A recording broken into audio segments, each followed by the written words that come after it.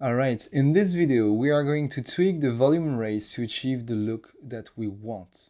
If you didn't complete the previous video but you'd like to complete this one, you could open the file v25.nk in the Nuke directory. Okay, now let's double click on the volume raise and let's start adjusting them. So the first thing I'd like to do here is to fix that repeating pattern issue that looked like a quality issue to me. So I will come here and look for something that's called quality right here. And I will click here and set to high. And now everything is smooth. Now there is two main things that I can adjust here in the volume raise. Here will be the shape of the raise and here will be the color. For the shape of the raise, I'm not too sure yet. I think this looks pretty great, but you could play around with the length of the raise to see how it will look like a little bit longer, and if you'd like them to be a bit more blurred, I like them sharp. As well, those two guys here will help you to define the alpha that generates your raise. So basically we are taking the alpha of all the rocks here, and then we are taking the edges, and this will make your edge more or less thick, so that will influence the size of your raise, right? And that will affect the sharpness of the edge of your alpha, so you will get as well different results depending of what you are using. So I really want you to decide what you want to achieve out of that. I don't have like, you have to set the edge size to 1.8 or 2.6. No, just choose, just play around with all those parameters to see what you like. As well, it's important not to be afraid to play with parameters of nodes in Nuke, because you will encounter new nodes all the time in Nuke. Like every new project, every new companies will have their own plugins, their own gizmos, their own nodes, and they will be different. And you will be like, okay, how am I going to use that? Well, simply by trying things. You'll see. Don't be afraid. Okay, so when you're done tweaking the look of your raise, let's have a look to the color. So first, we could change the gamma and gain of the volume raise. But this is not too much my concern, because those two things could be adjusted outside of the node by using, for example, a color correct node, right? But here I really like the initial volume color and the end volume color, because that will allow me to create a gradient between the emission and the end of the raise. So I will just come there and tint a little bit the initial volume color with a little bit of more of a warmer tone. And maybe I will actually do the opposite for the end volume color. Come here and put a slightly colder tone. So I don't know if it's exactly the look I want to achieve, but well. Of course, I will then place my color correction after, and just for the sake of it for now, just let's add a little bit of orange feeling to the gamma, and maybe to the gain as well. I don't know.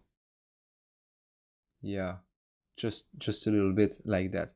This is not perfect for now, but we are going to adjust things more, right? As I'm putting elements into place, I just realized that there are other stuff as well that needs to be adjusted, right? I'm still not very convinced about my defocus, and as well the edge of the earth right now could be maybe a bit brighter, because we need to justify the fact that we have all those rays coming from the sun, right? So maybe the edge of the planet, sorry, not the earth, need to be brighter as well. So now, the problem that I have with those rays is that they are emitting everywhere. Well, it depends of your art direction, and you can do whatever you want, but I'd like to see a little bit more of that part of the screen being just in the shadow with not that many rays, like a little bit like if the planet was occulting some of the rays that couldn't pass by, right? And here, in the volume raise here, we have a mask input that we could use for that. So I will take that guy and I will come and connect it to the Earth here. Okay, now my problem is that I have links crossing my scripts all over the places. It starts to be a little bit of a mess here. So we'll come to my merge 8 and I will do the same thing as we did with the Z merge, and I will come here and hide the input. And here I'd like to hide the input as well that comes from the planet.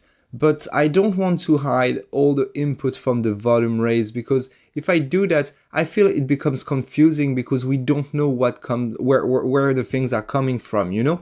Especially with that type of node that has labeled inputs. So we know that here's the image that generates the rays and here is the mask. So if I hide the inputs from this node, things are not very clear anymore. So what I'm usually doing in that case, well, I will just simply create a dot here on the link coming from the planet, and I could double click on the dot and hide the input of the dot. And I think this is way more clean. I could do even better. I could come here and label my dot and call it, for example, planet. We'll increase a little bit the size of the text. And now this is like way more clean. I could even create a dot like that. And yeah, perfect. Okay, so now I plugged my planets as a mask in the volume rays, but basically nothing happened, nothing changed. Well, it's because we need to go back to the main user tab here, and at the end of the properties of the volume rays, we need to enable the mask. And as soon as we do that, you can see that we're actually affecting the effects, and now we have rays only inside our mask. Well, the thing is that we want the opposite here, right? So I will hit the tab button and looking for the invert node, and I will plug the invert after my planet here, and there we go. Now we do have what we want, like the rays being emitting where the planet is not, right? I could come to the volume rays properties and increase the mask blur just to have the rays bleeding a little bit more over the planet. And yeah, you can go quite high, I think. Well, one more time, you decide about that. Don't forget that you can always go higher than the maximum of the slider in Nuke. So if the maximum mask blur of 100 is not enough for you, you can keep going and go a little bit higher. Okay, that's great. Now I'd like to adjust a little bit the visibility of my rays, and I'd like to do that according to the asteroids.